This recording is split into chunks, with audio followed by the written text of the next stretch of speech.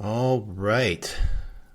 Here we are back at Integral Life and back to talk about some things that have a fair amount of complexity. Politics, polarization, and I thought I would step right into one of the thornier ones, which is getting into sex and gender from a very particular angle. The way that this talk is going to work is I want to give a whole overview of this entire topic because I really want to keep this conversation at a meta level. And I don't want to get into the specifics until I get a chance to present the whole overview, sort of start to finish. Because part of the problem I think that we're having with gender and sex and the polarization around trans rights and men's activism or men's rights and women's rights and all these things is that we are having too narrow of a discussion. And we're not really taking the time to look at the complexity that's involved in these things. My hope is that if you're on this call today, you're listening to this today, and you're on the far left of this issue of how we would define men or women, or you're on the far right of how we would define men or women. My hope is that this conversation that we have today will be irritating to you, and it might piss you off, both of you on the left and the right. If that happens, I feel like I've done my job. Because there's a lot of truth in the positions that people have taken on these issues. So we'll get into what's true, and we'll get into what's really partial. And so I think with that sort of intro, we can sort of step into things here. So again, I'm going to ask that you hold your questions and you hold your call-ins until the very end of the call, and then we can have a discussion about this. So what is a man? And why does it matter? That's what I'm talking about today. That's what we're going to talk about today. So what is a man? So this is a multipolar phenomena. It is not a unipolar phenomena. And this is probably the single most important part of this conversation. So multipolar phenomena mean that there are multiple things that we have to consider and look at if we're going to have an intelligent, nuanced conversation that's going to actually help us understand what's going on. So when we talk about men or women and how to define them, the multipolar phenomena involves three disparate things, like three legs of a stool. All three of these things are needed equally. All three are equally valid. And if you don't talk about and acknowledge all three, like a bar stool with two legs or one leg, it doesn't really stand up. So the multipolar phenomena of gender is, of course, biology, which we'll get into first, psychology, which we'll get into last, and sociology or culture, which we'll get into in the middle. So there was a documentary recently called What is a Woman? And it was done by a sort of more right-leaning news organization and journalist. I forget his name off the top of my head. It was very funny. It was very provocative. And if you've seen it, what you see that he does really well is that, he sort of asked people on the left, specifically that are really into sort of a more activist view around women, trans women rights. And he asked them a seemingly simple question, which is, what is a woman?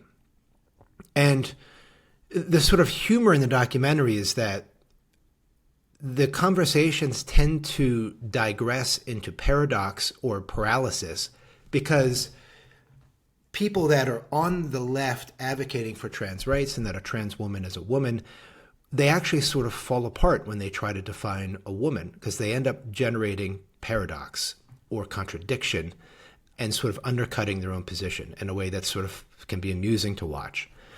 One of the reasons that happens, the reason that they generate paradox, the reason that they don't really know how to define it in a way that's intelligible is because they're trying to define a woman, in that case, in a unipolar sense. And when you do that, it's easy to create an argument that doesn't make any sense.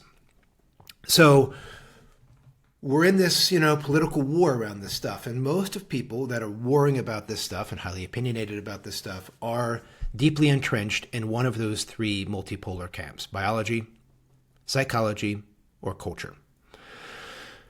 So Before we get into the meat of the first multipolar factor, which is biology, I want to give a brief overview of something that I'll be using a lot in this talk, which is the idea of the bell curve. Okay, bell curve is very simple. It depicts the mean, the mode, and the median of a data set. The only two numbers that really matter to us are the mean and the standard deviation. And if you think of a bell curve, right, it looks like a speed bump. The center is the mean, and the wideness of the curve is the standard deviation. And these are really worth investigating how this is used to crunch data and how it can be really useful in parsing information in a way that's very helpful. So we'll be getting into the bell curves quite a bit, and I encourage anybody to sort of look that up and research those on their own. They're very, very useful. Okay, first multipolar factor, biology. Okay, so this is one leg of our three-legged stool. So biology is the single most deterministic factor in determining sex. So sex is male, female. Gender is masculine, feminine. So we're going to talk about sex right now. We're not going to talk about gender, just sex, biological sex. So men, of course, have an XY chromosome. Women, of course, have two X chromosomes. When humans, or any great ape, when you get that set of chromosomes, that leads to the development of all kinds of secondary sex characteristics, which we'll get into in a minute. But for now, I really want to stick with the idea that sex is binary. So there is an interesting sort of political fight going on with the data sets out there. So if you Google what is the occurrence of intersex marriage, or you look at that, you will find very quickly that a lot of the numbers that come back are about 1.7% or 2%. And that numbers makes intersex birth about as common as red hair, about 1 in 100, roughly, births. So it's still very, very rare, but moving it towards 2% redheads. Oh gosh, I know a redhead. And, that's sort of the idea of like, well, it's rare, but, we all know one. The trouble with this data set is that when you talk to geneticists, or if you look at places like the National Institute of Health or the National Library of Medicine, I'm going to read a quote from the NIH itself, and here's what they say. They say, many reviewers are not aware that this figure of 1.7% includes conditions which most clinicians do not recognize as intersex, such as Klinefelter syndrome, Turner syndrome, late onset adrenal hyperplasia. If the term intersex is to retain any meaning, the term should be restricted to those conditions in which chromosomal sex is inconsistent with phenotypic sex, or in which the phenotype is not classifiable as either male or female. Applying this more precise definition, the true prevalence of intersex is seen to be about 0.018%, almost 100 times fewer or lower than the estimate of 1.7%. So I don't want to get hung up in this argument. It doesn't really matter. It doesn't change the meta argument and the meta view that we're going to be taking here. But the idea is that intersex birth from a chromosomal standpoint is extraordinarily rare. So it's about 1 in 5,000 births. And even if we accept the number of 1.7, that still means that more than 98% of births are strictly binary, male, female. So either way, whether it's 99.98% of births or 98% of births, the idea here is that sex is a binary almost every single time. Almost every single time. And we see that, of course, in nature, because when we go to the pound to pick a dog or a cat out, they're boy dogs and girl dogs, right? It's not like a really confusing thing that, oh gosh, there's, do you want the intersex puppy? Very, very, very rare in nature. Very, very rare in nature. Okay, so first pole is genetics of this multipolar analysis. The second part of this biological analysis is secondary sex characteristics. So when you get the XY combination, the male genetics, right, in the human animal, we end up with all kinds of secondary sex characteristics, which we all know, right? This is facial hair, obviously male genitalia, penis, testicles, thicker bones, bigger muscles, stronger tendons, greater height, The most dimorphic bone in the human body is the pelvis, and male and female pelvises are quite different. Interesting to look up. Of course, testosterone, right? Men have anywhere from 10 to 100 times the level of testosterone that women have. So these secondary sex characteristics, they do exist on a bell curve. And so we think, if we put the average man and the average woman, the mean of their physicality and the expression of their secondary sex characteristics, we find that, men on average are about 10% taller. They have bigger bone mass, bigger muscles, stronger tendons, wider rib cage, taller pelvis, facial hair, et cetera, et cetera. Where this starts to get complicated is because we're talking about a bell curve. If you go from that mean average masculine secondary sex traits and you go out to the far right edge, that's where you're going to see men that are extremely muscular, extremely tall, extremely fast, extremely athletic, extremely, these sorts of things. Basketball players, football players, Olympic athletes. And if you go to the other far side, you're going to see men that are, short in stature, maybe are very thin, maybe have very little facial hair, right? And now they're both men. If you're on the far left side or you're on the far right side, you still have an X and a Y chromosome, so you're still biologically male, but the expression of your secondary sex characteristics can be on this very wide spectrum. And that's really relevant when it comes to culture, which is where we're going to go next.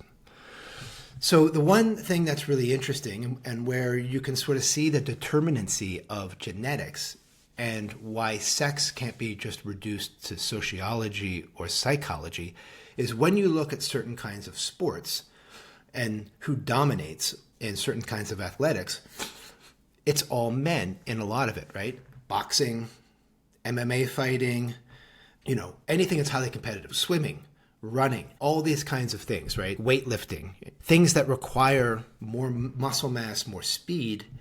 When you go out to the far edge of the curve, if you take the world's best tennis player who's a man and put him against the world's best tennis player who's a woman, he will destroy her.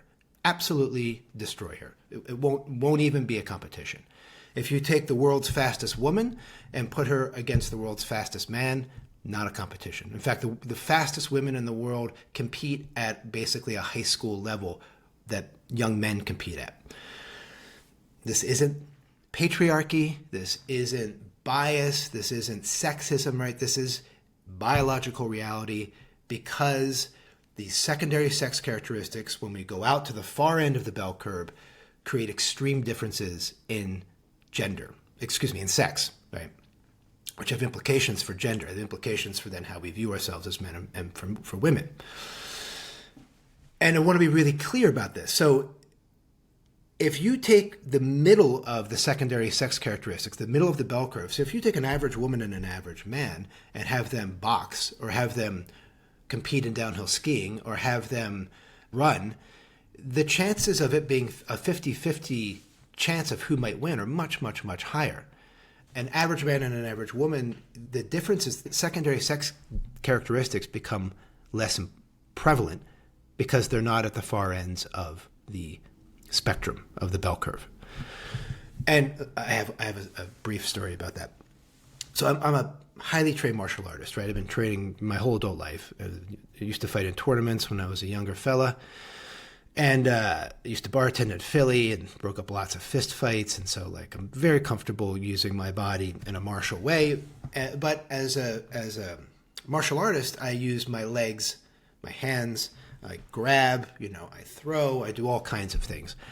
And I was challenged to a friendly boxing match by a very nice woman back in my Philadelphia days who was much smaller than me. I outweighed her by probably 30 pounds and I was taller than her. And I thought, oh, what the hell? This will be fun. I'll go easy on her. It'll be fine. And so we start to box using boxing rules, and she completely handed my ass to me. It wasn't even a fight. So even though I was bigger, stronger, more muscular, and highly trained, in the arena of boxing, she decimated me. I'm not a boxer. If I can't use my feet, I'm not a very good fighter. So I say all that because all of this stuff is really nuanced. And whenever we're talking about secondary sex characteristics and we're talking about athletics or we're talking about things like this, We have to be really careful about our data sets. We have to be really careful about what we're actually talking about. We have to watch our biases, and we have to be careful not to make generalizations. Okay. So the second multipolar factor in what is a man is gender, culture. Okay. So here things get a little bit messier. So there is a gender definition of what is a man. There's a gender definition of what is masculine. This is also on a bell curve. So while the far side of the bell curve in a culture, in a time period, might be an Arnold Schwarzenegger type of muscular, or Clint Eastwood, or Cary Grant, or the stoic, tough, emotionally quiet or shut down guy who's, too cool for school. Maybe that's sort of how we would define men on one side of the spectrum. And like over on the other side, maybe it would be this sort of Woody Allen, neurotic, wiry framework, kind of complaining and, clearly couldn't punch their way out of a paper bag. So we're still inside of this phenomena of the bell curve.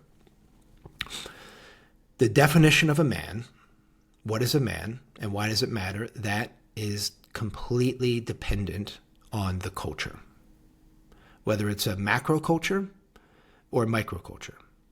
So when I was traveling through Thailand, I can tell you that the definition of what a man is in Thailand is really different than Texas. Really fucking different, okay?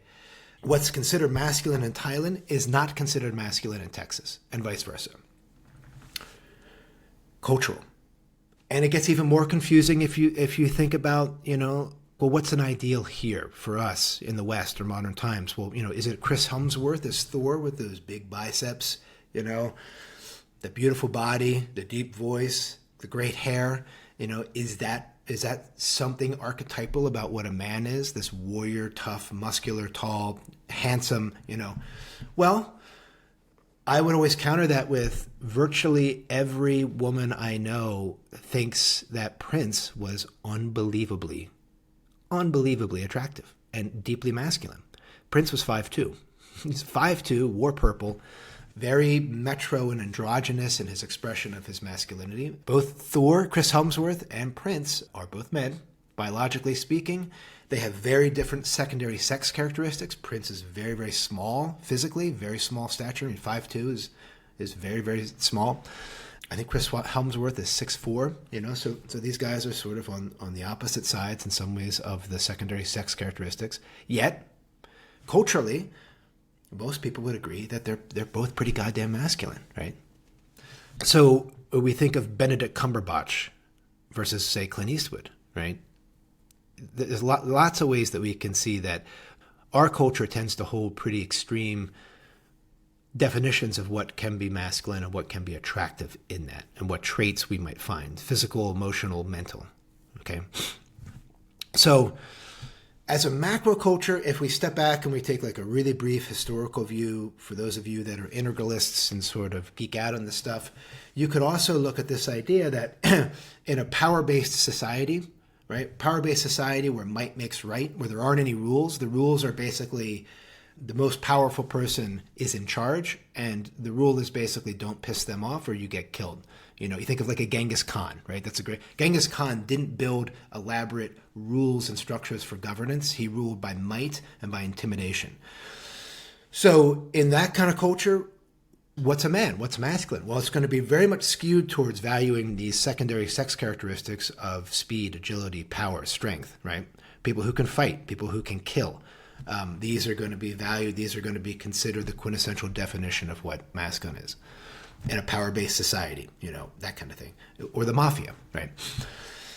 In a rule-based society, we think of like when the Catholic Church ran much of the world, or under feudal empires, or under monarchies, all these rules. And so when there's a bunch of rules, right, it's less important.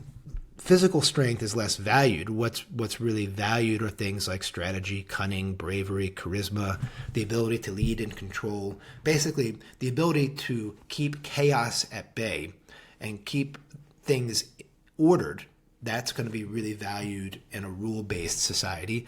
And the men that have those capacities, who of course are going to be in charge, are going to be the ones that those secondary sex characteristics and those physical, emotional, and mental traits are valued.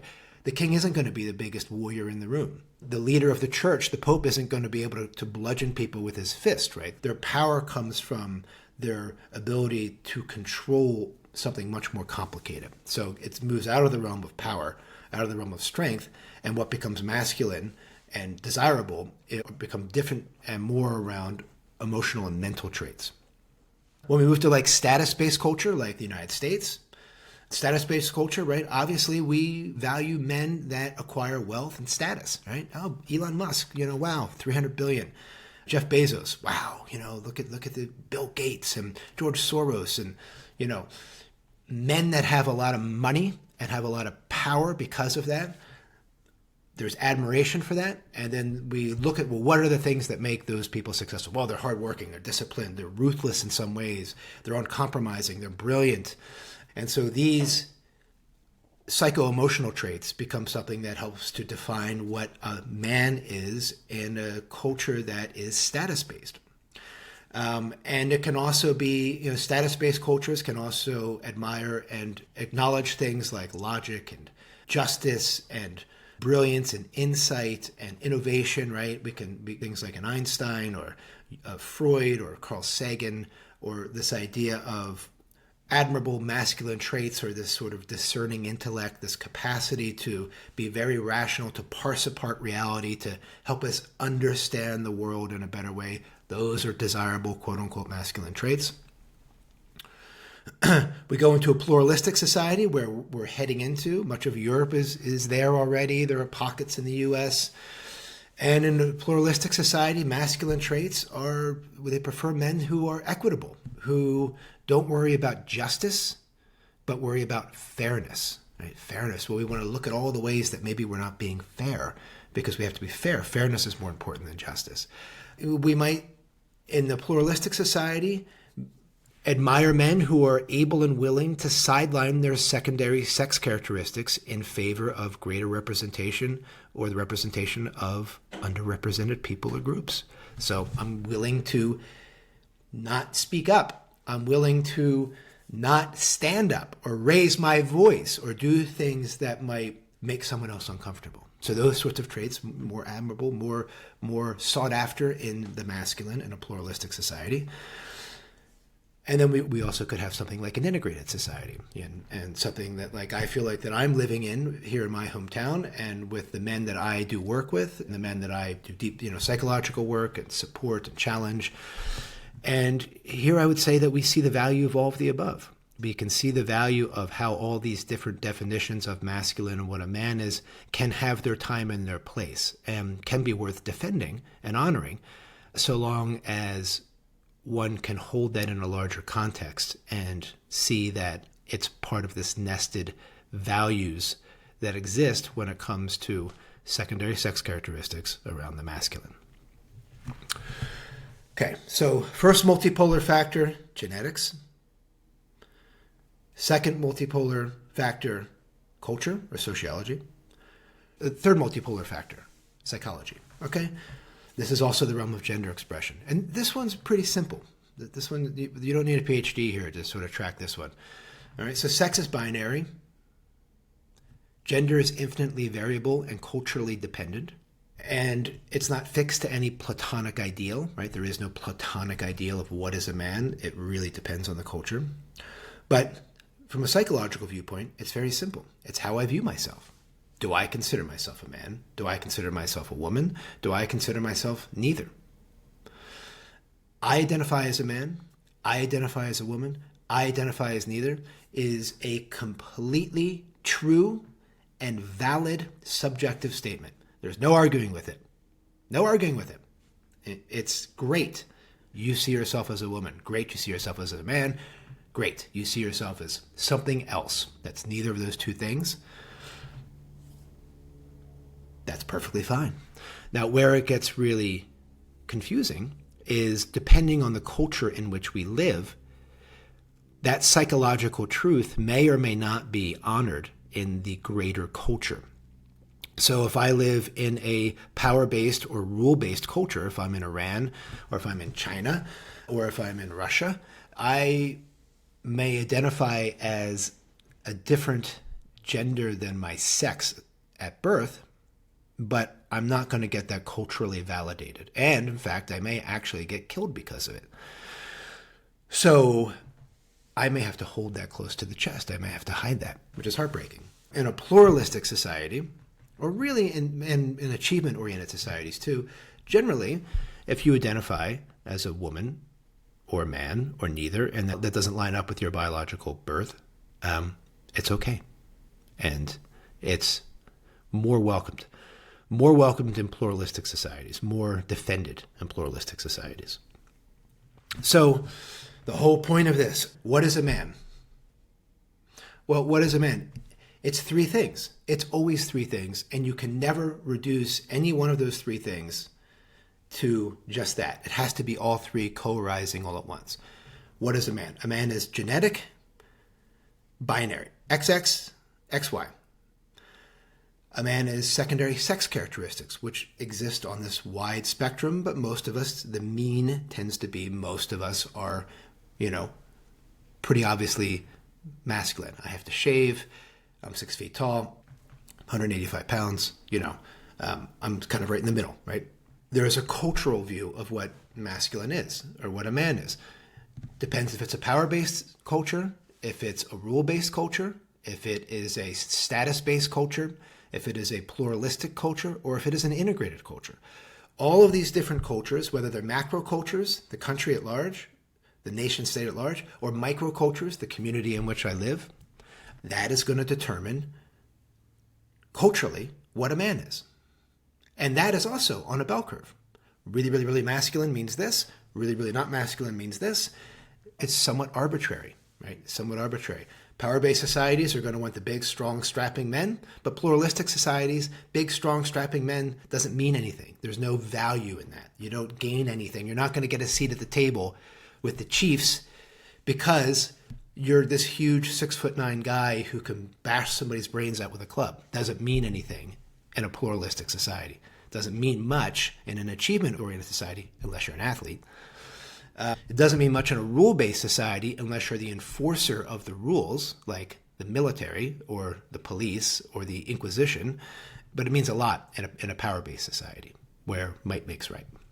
Okay, so where's the problem then? So the problem is that what can happen sometimes, my real criticism of the right comes from the fact that they understand the primacy of biology. They get that. They see that bar stool. Okay, biology, and they have a really hard time when they say a trans woman is a woman. Hard stop. Because they then try to reduce everything to the biology, and their argument boils down to, look, if you have an XY chromosome, you ain't a woman. You're something else, but you're not a woman. And there's a truth in that, right? There's a truth in that. But on the right, they tend to ignore psychology and they tend to ignore culture. And they don't honor the fact that I may identify as a woman and I have a right to do that. And I may live in a culture that I'm trying to change so that I can feel that way and the culture will honor how I am and they will let me have the rights and responsibilities of that gender. On the left, trans activists, they also make a huge mistake. They tend to negate biology. And so what their argument basically tends to be, well, 1.7% of births are intersex, which isn't actually really true. And so sex isn't a binary. Sex is basically a social construct. Your sexual identity is assigned at birth as if it's arbitrary. And what really matters, since the science of genetics is messy and there's all these things we can talk about that muddy the waters, all that's left then is cultural and psychological definitions. And this is a very sloppy, unscientific argument. It's akin to when the creationists a couple generations ago tried to bring creationism into public schools, and the way they did it was they said, well, evolutionary theory is just a theory. And because it's a theory and not a fact, you should be able to teach the controversy, quote unquote, teach the controversy. So we're going to want to bring creationist views in as an equally valid other theory towards evolution, which is completely bullshit, right? It's totally philosophically disingenuous because, as we all know, evolution, yes, it's a theory that's being very honest, but it's a very, very, very well-established, well-tread on, well-explored, and accepted theory of what's happening with the world as an explanation. And so digging under the word theory is very sneaky and undermined. And I would argue that the trans activists are doing the same thing. They're trying to undermine what's actually really settled science in the field of genetics and trying to turn that over so that the person on the right can't make that argument around the leg of the stool. So it's sort of a dirty fight. They're trying to use that. And so when they do this, what do we have? We have all of the shit that we have to deal with, all of the vitriol and the hatred and the projection and, trying to ban this and ban that. And, red states are passing laws that are really problematic. They're trying to prevent the culture from acknowledging trans people's right to self-identify. That's a problem. I've got a real problem with that. But I also have a problem with the way a lot of the people on the left, on the trans side, are fighting back because they're fighting back in a way that's disingenuous and actually doesn't hold on to this nuance. And so you're not gonna win by making a bad argument. And so you have two bad actors making bad arguments on both sides, and it's a fucking mess. So why does it matter? I promised to answer that question. So what is a man? Well, what is a man is complex, but it matters because if we can't define what a man is lucidly, then we can't aspire to be that thing if we are men, or we can't encourage our partners to be that if we are women and with men, and we can't help each other to be better at whatever this thing is. So I've been in a men's group with the same group of men for more than 15 years. It is a men's group, means it's all men. We all have XY chromosomes. We exist on a wide spectrum of secondary sex characteristics. And we support and challenge each other. And my personal definition of what is a man, me, Keith Martin Smith, I define a man, a healthy man, as someone who's courageous, humble, powerful, embodied, wise, strong, selfless, well-boundaried, intelligent, caring, charismatic, independent, sure-footed, open-minded, gracious, kind in most situations, but clear and strong when necessary. That's my definition. So, and this is my personal definition, right? That's mine. Might not be yours. You might disagree with me. You could make an argument that a lot of those could be wonderful traits for the feminine, for women, and I would agree. I think women should be humble, powerful, embodied, wise, strong, selfless, well-boundaried, intelligent, caring, charismatic, independent. I wouldn't argue with any of that. So Michelle asked, what is a woman compared to what is a man? Well, I would argue it's the exact same thing. So I could rewind this talk to the beginning, replace woman with man, and go through the exact same order of things. It's just some of the secondary characteristics, right? Breasts, ovulation, gestation, these things would be different.